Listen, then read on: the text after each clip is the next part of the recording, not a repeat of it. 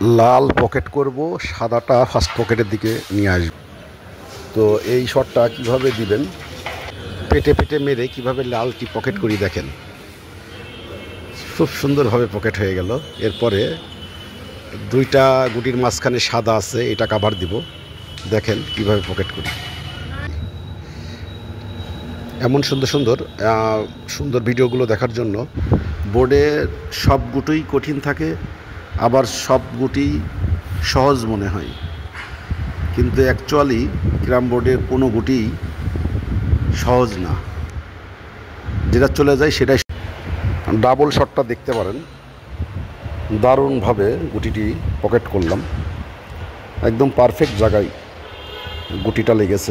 Pocket করব গুটিটি, দেখুন দুই কাট মেরে কি দারুণভাবে পকেট হলো। এমন সুন্দর সুন্দর ভিডিও দেখতে সাথে থাকুন। শটটি চলে যেত, সুন্দর একটা শট ছিল।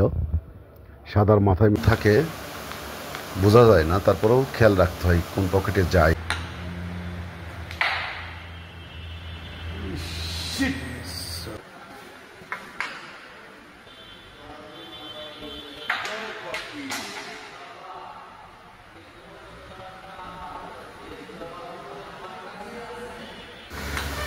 অসাধারণ একটা শট দেখেন, লাল খেললাম আর ওই টেপের গুটিটা তুললাম।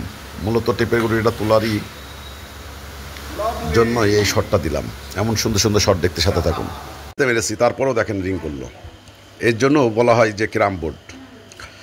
এমন সুন্দর সুন্দর শট। সাদা এই পকেটে দিলাম, ফার্স্ট পকেটে লালটি ব্যাজে নিলাম। দারুণ একটা পজিশন ছিল, যার কারণে লালটি হাতে এসেছে। ধন্যবাদ সবাই। কি চমৎকার একটা কাভার দেখেন, কীভাবে তুলে নিয়ে গিয়ে এই পকেট করলাম। কারণ ওই কিন্তু বোর্ডটা জ্যাম থাকার কারণে গুটি দেখেন নিচে লালটা মেরে আবার স্ট্রাইকটা উপর দিয়ে সাদাটা তোলার চেষ্টা করছিলাম। সাদার মাথায় মেরে লালটা পকেট করার, লালটি থার্ড পকেট করব আর ওই সাদাটা হাতে নেওয়ার চেষ্টা করব। দেখুন কি অসাধারণ একটা শট। যাই হোক, সাদাটা হাতে নিতে পারলাম না। এমন সুন্দর সুন্দর ভিডিও দেখতে সাথে থাকুন।